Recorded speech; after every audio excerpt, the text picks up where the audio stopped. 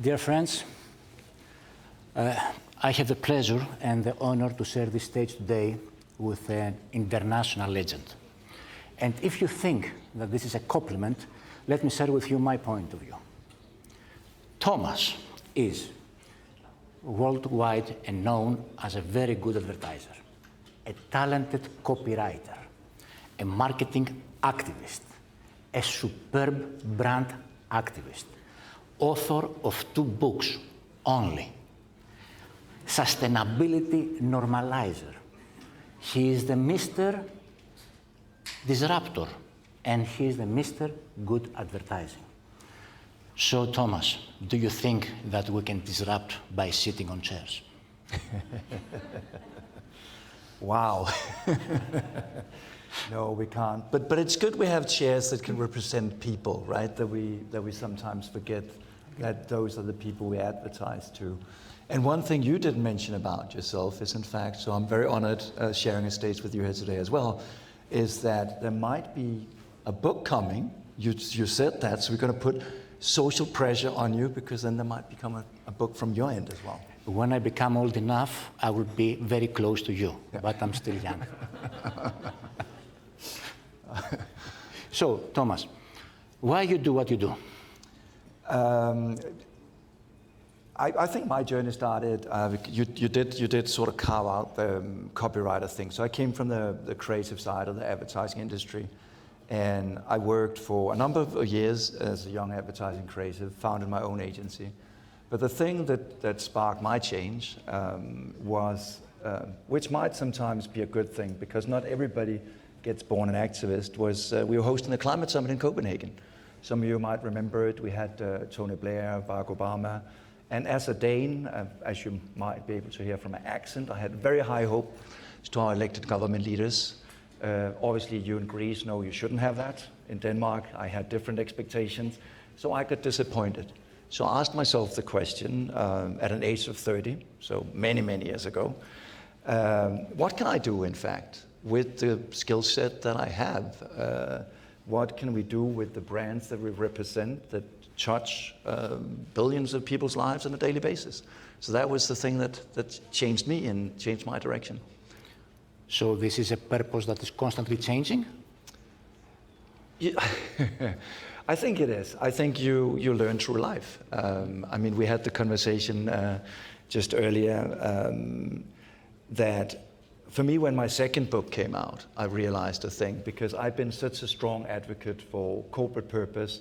I was a big believer in it. I saw the early days of purpose when I'm sure we all remember, brands like Dove, United Colors of Benetton, all these companies. I was massive fans of, but suddenly I realized something had changed tremendously, and that was, in fact, that everybody suddenly started talking about it. So I sort of had to take my own medicine and think, what is in fact my purpose? What I've been doing the last 10, 12, 15 years. And today I think my purpose is, in fact, to inspire and help people on their path towards positive change. So I think it changes towards life, and I think that's a healthy thing. A brand is not stagnant, and we people are not stagnant. Okay. I'm sure that everybody's asking you about your book, the latest one, The Hero Trap, okay? I'm not going to ask you about The Hero Trap as a book, okay? But I'm a strong believer that everything communicates, okay? The way you dress, the way you walk, the way you talk, your haircut, everything is a part of your communication brand, okay? If you can see this book, okay, The Hero Trap, what is amazing, it is the cover page. Thomas has chosen, as an artist, to prepare the cover page, Edel Rodriguez.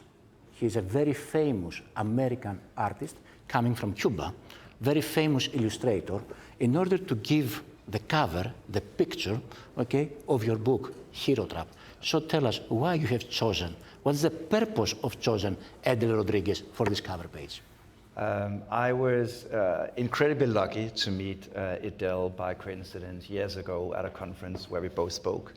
And his story about being a Cuban-American immigrant really resonated with me. His story about how he wanted to stand up towards dictators, to despots, really sort of connected with me. And So when I was in the writing process and sort of I was getting to a point where I started to imagine what that cover should look like, I was like, wait a moment, there was that Adele Rodriguez guy. I think we're value aligned. So I was lucky to buy one of his pieces of illustrations. So I did have his email.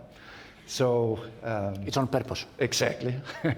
So I wrote him, and he said, you know what? I really love your vision and your mission and what you're doing. So let's do it.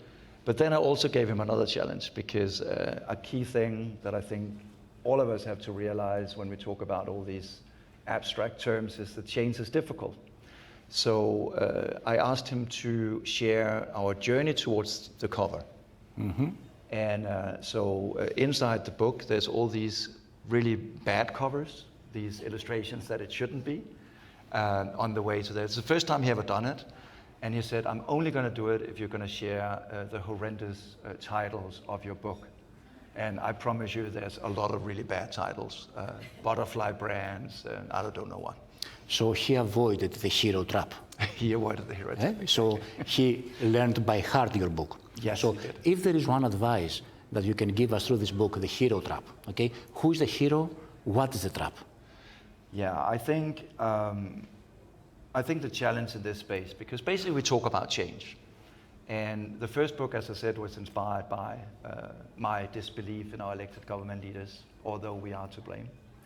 This book was inspired by my own inability to create change in my life. And this is probably something that you can recognize as well, that there are things you set yourself up for. You might want to live more climate friendly, you want to fight biases or whatever it might be. And I've thought, wait a moment, it's actually difficult to create change. And in all these years, I looked to corporations to create that change. And I thought, wait a moment, change in fact starts with ourselves. So through all these years, I might have asked the wrong questions.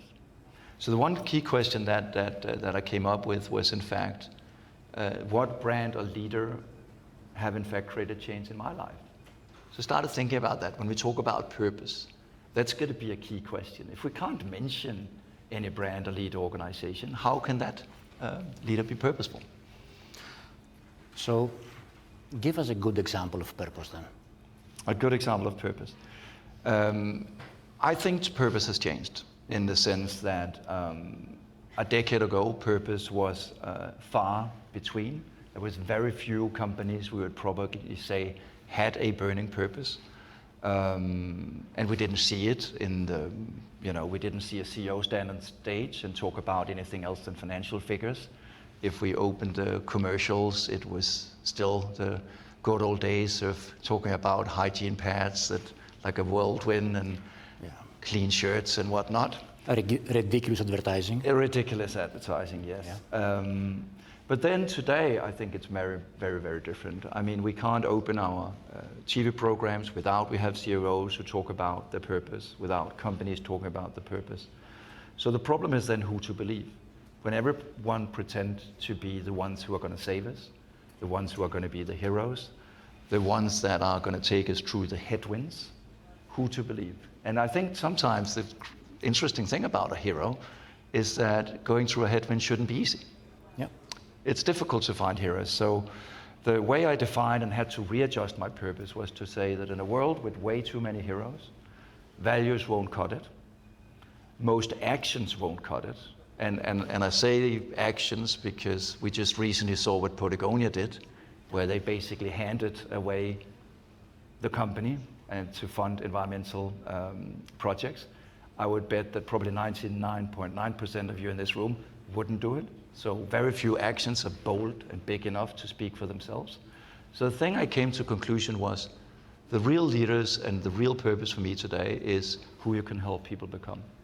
Who have actually helped me on my journey towards eating more plant-based, embracing a more sustainable lifestyle, embracing a healthier lifestyle. And I think that's often why we, at conferences, hide ourselves by words such as systemic change, sustainability, materiality, while by the end of the day, the thing is that it all points to us, human beings, and how we can create change within us. So that's how I define purpose going forward. So you changed the purpose. Yes. The purpose of the purpose has changed. Yes. From me the shareholder, the owner, the chief executive, the executive, to the client, to the society, to the people around. So if I understand well, the purpose of your purpose through this hero trap has changed from the good advertising, old times, that, sorry for saying that, I'm not talking about the book, but I'm talking about my job as well, about this ridiculous advertising that we were promising that we will change the planet, we will save the planet, we will change the country, we will bring growth to the country, and then you mean that you change this and you put, as a hero, you put the client, you put the society. Am I correct? I think your analogy in the beginning with disrupting the chairs was spot on. Okay. Because in fact, the thing that tends to happen always with companies is that it becomes a very navel-gazing exercise. That it's always been about the company making the best products for the world, and suddenly they're also saying we are the best for the world. And the concept and the change is in fact to think about the person sitting in that chair and say, what have we actually done for our customer? What have we done for our stakeholders? And how can we help push them on their journey? And it's not easy. And I think that's what also makes it more committing, because suddenly you can't just say for a better tomorrow or do good for people and planet. It is actually about that tangible change, helping someone from A to Z. By helping them, we have to educate them as well. We have been exposed lately to very good examples from Cosmocar, from Polygreen, for Alpha Bank, and from many other companies in Greece that they were trying to give the weapons to the people in order to transform in the positive side their lives. Okay, let's go back to our industry. Yeah. Okay, beloved advertising. Okay, I know that everywhere in the world, everybody now asks for sustainability campaigns, ESG plans, ESG logos, mottos, and whatever. Do you think this is the right way? The really disappointing and sad part about all of this, because I've been coming to these conferences for so many years, is that I think we forget the fact that there are a young generation out there. My nieces now, I have two nieces, one is 13 and one is 18.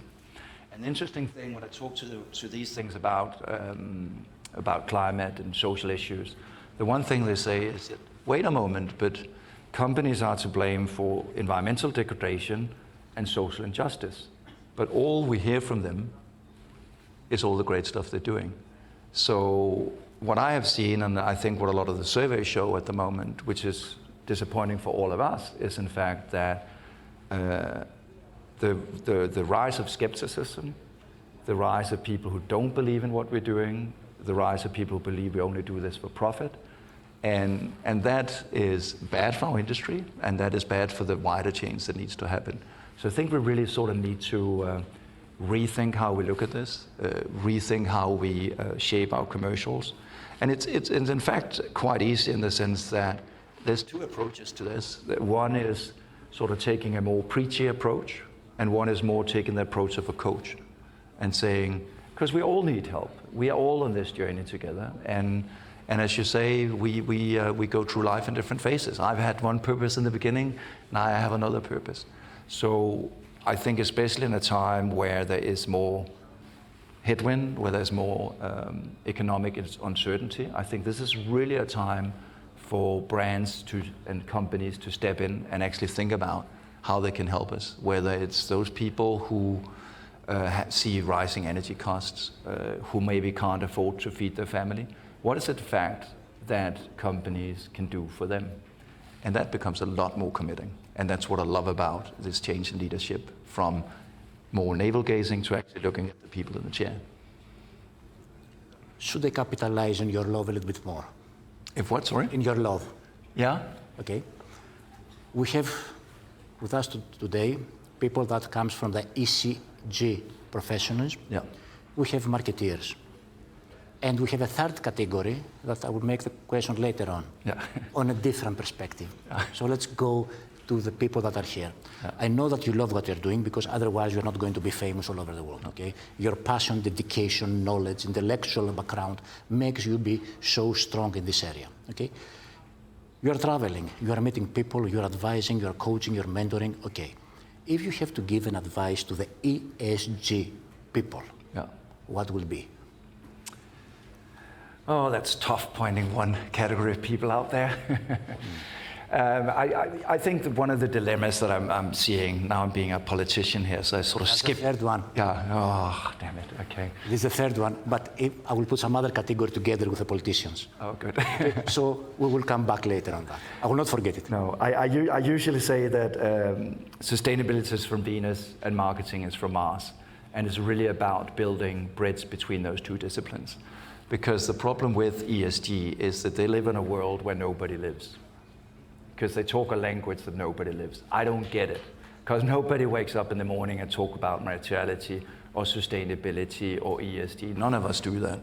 So I think where those two planets really meet and prosper and should be building bridges is when you get the narratives right. And I think that is what we all need to do in this room to, in fact, move and mobilize everyone, because I'm saddened by the fact that my nieces aren't motivated by what we're doing in this room at the moment. Okay, let's go to your favorite ones, the politicians, and then I will go to my favorite ones. Yeah, okay. I'm looking forward to that one. Those are the great leaders, the business ones. Yes. Okay, but let's go to the politicians. Yeah. Okay, we always listen about principles, about declarations, about policies, about laws, about nice talks. Yeah.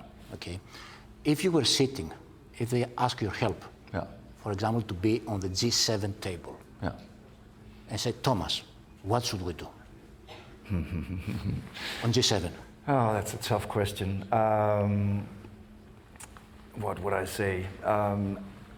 I think I would say one key thing, and that is probably about the urgency that needs to happen right now. Because one thing that politicians are very good at, one thing corporations are very good at, is talking about 2030, 2040, 2050. We hear all those commitments all the time. But if we again try and humanize that a little bit, and sorry for the analogy right here, but let's say I come home from this Greek event, and forbid this is the case, but I take my lovely girlfriend being together with another man. That could be a case, right? And I obviously get angry, and I'm like, so honey, what are you doing? And she says to me, you know what, Thomas, what I'm going to promise you is that towards 2030, I'm going to be a little bit less unfaithful until 2030 we're fully back together. Would I accept that? Would you accept that? Probably not. So maybe it's not strange when young people and all of us get frustrated because our minds doesn't work in 10 years' time. I'm going to lose weight in 10 years' time. I mean, come on. You can start running a marathon and say, I'm going to join the New York Marathon in 3 months, 6 months. That's an achievement. 10 years from now, you're running a marathon. I'm not going to applaud you, my friend. Okay. But on the book I will. On the book I will. On the book you will. Okay. Probably I will be ready by 2035, but I cannot give this promise because might be unfaithful. Yeah. But I will check up on you. I will check. I will call you. I don't want to be your hero trap. No. Okay, but let's go to my favorite subject. Yeah. Okay. Everybody here is not one from the participants here, as far as I know, it is not the real decision maker. It is not the business leader. It is not the business owner. It is not the major shareholder. It is not the one that takes decision. Okay? Politicians are politicians. Yeah. Okay? We as executives, are marketeers, are as activists, as AG. Okay, but there is always a boss. Yeah. Okay, if I bring you in this table, in this room, all the bosses of this country, lock the door, okay, and give you the key. Yeah. When you will unlock the door? You know what I would do is I would take that key and I would give it to every one of the employees, because I think really what is so fascinating about this movement and for everyone in this room is in fact that a lot of the change doesn't happen at the top, to be honest. I think we forget that a lot of the big drivers of change within organizations. I mean, I think A lot of people obviously know the story about interface and Ray, but in fact, a lot of that story started from within the company. A group of people who said, we need to do things differently. I think if we look at our own industry at the moment, there are young, very vocal minds that says, we don't want to work for fossil fuel companies. We don't want to work for banks who invest in fossil fuel companies. So there are internal voices of change. So I think the key, I think we sometimes just need to own up to that key and take responsibility. Because quite often you hear, where should change come from? Should we wait for our elected government leaders, from our companies, or should we in fact just take that key in our own hands and start opening some better doors? So you give the key to the employees? I probably would, yes. Okay. I think that's safer with them. Okay. This means, in my own words, that you give the power to the employees. Yeah. Okay. So a clear message that I would like to see it in the market, okay, is that the boss gives the power to all these people to make the change. Yeah. Okay.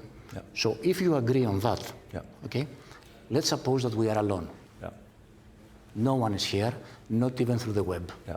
Okay, and I would like to ask you to give us, through me, an advice that you don't want to be heard from you.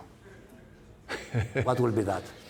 An advice that nobody else should hear. Then... No, we are just me and you. Oh, yeah. Black. Black, there's nobody. Lights off. No one online. Lights off. Yes. Lights off. But I think that whether people are here or not here, I'm transparent and honest, and I think that's always been my mission, and I think that's what you need to do in my job, and basically in everyone's job is to be honest and remove a lot of the sort of pressure cooker of stakeholders, etc., and do what's right. So your activism, your distraction, the disorientation that you are creating comes from your honesty? I think a part of it comes from the honesty, and I think a big part of it fundamentally comes about rethinking leadership. Really rethinking leadership, because I think we for too long have celebrated a certain type of leader that is, and used to be typically, sadly enough, a man that said, this is the direction, I'm the captain of the ship, this is the way we're going. But I think fundamentally the best leaders that I've had in my life have been the one that has been empowering people, that have believed in people, that have helped them grow. And I think as an agency leader, this is definitely something you can recognize, that, you know, when you have to steer a ship full of creative, sometimes crazy people. And we'll go back, back to the genius and crazy people. Exactly. Okay? Because this is my dream, to cooperate with genius and crazy people at the same time. Those are the people that change the world and transform it for the better future. But let's go back to the purpose. So if I understand well, okay, is it a critical ingredient of the purpose honesty? I think it is. I think honesty is, you're allowed to take it if it's your mom. I always do that. If not, you're not allowed to take it. That was her phone that called, for those of you who watch online. But anyways, yeah, I think honesty is a big key part of it, but I think also it's really just being honest about your values. I think, unfortunately, the pressure that I've seen over the last couple of years is that because of regulation, because of stakeholder pressure, I think people have rushed into the purpose space, and this is why we have seen what people would call purpose washing. I mean, unfortunately, I have had clients who called me and said, you know, one purpose, please, like if they're booking an advertising campaign. And that's not how it works. I can help ask questions. I can help peel the onion until I find a core of something that has more value to it than just profit, but it's a process. And for me, the realization was, instead of asking why you exist, was to say to them, who can you help people become? What journeys, what aspirations, what dreams are you actually enabling? If you can answer that one question, I think you found a purpose that is based in in us as humans, and that will definitely resonate both internally and externally. So what will be the title of the next book? Oh, that's a tough one. That one, I just wrote that one 2 years ago. Should I already write a new one? You think so? It's about your values, it's about your honesty, it's about you. Yeah, I think that I have always something in development, but I think also one thing that I will say in all of this is that this space is changing so rapidly, and all these themes are changing so rapidly. I sometimes say it's a little bit like, when you're running along a beach and you see a rainbow and you try and chase the rainbow, you think you're almost there. And if we take diversity, if we take climate change, as soon as we think we're there with the LGBTQ, there's an LGBTQ plus. So I'm sure that the way I write books is because I'm way too much of an extrovert, so I hate sitting there and typing for too long. The way I write books, and I can see that with a lot of entrepreneurs as well, is when I hate something so much, so I have to change it, or when I love something so much, so I have to safeguard it. And my first book got born out of hatred to our advertising industry that I think fell out of context. And the second book was born out of my own inability to create change in my own life. So I think it's important to have sometimes hate and love as guidance in your life when you want to do amazing things. So the process to write your new book is your disruption to get out from your comfort zone? Very much so, very much so. I think every time I hear, and especially from big corporations, they say, oh, but it's tough to create change. I think they sometimes forget that they were also a small little company. And sometimes when I work with impact entrepreneurs and I see them take those tough choices, that when I hear companies say, oh, but we can't go for that packaging because it'll add 5-7 cents. And at the same time, I talk to an impact entrepreneur that says, I'm going to go full in on this. This is what I believe in. And so I think those are good guiding principles in my life, at least. And sure to also disrupt. You will travel all over the world. Is anything that will come up to your mind in your next speech or some other speech that will come from Greece in order to share it while you are going to be the post-purpose preacher? I think you learn something from every country, and I think also that sometimes we need to reframe the way we look at countries, in fact, because I come from Denmark, as I said, and talk about greenwashing. How can it be that Denmark is named as one of the most sustainable countries in the world? That is beyond my belief. I mean, we have a carbon footprint that is massive. It makes absolutely no sense. Probably one of the most sustainable countries in the world should be a country like Mozambique, where people live within their means. When you visit a hairdresser there, they have 1 bucket of water for all their customers. I think one thing I will definitely take with me home from Greece is the framework from the beekeeper, in fact. Sometimes this dilemma between being a visionary and being pragmatic. I think, though, maybe that's your analogy with being crazy and genius. And I think life is that balance. I call it love or hate. And I think we can't just sit and wait for the genius idea or for the pragmatic to come true. I think this is the time where we need to act and disrupt and do something. And we can sit and wait and say, somebody's going to do it. Government is going to do it. Regulation is going to do it. Or maybe we can take the responsibility ourselves or give others and empower others to do that as well. So, ladies and gentlemen, it was clear. We cannot sit in the chair and make disruption, okay? And I'm sure by now you have understand why this guy is an international legend. Let me give him all together a great applause.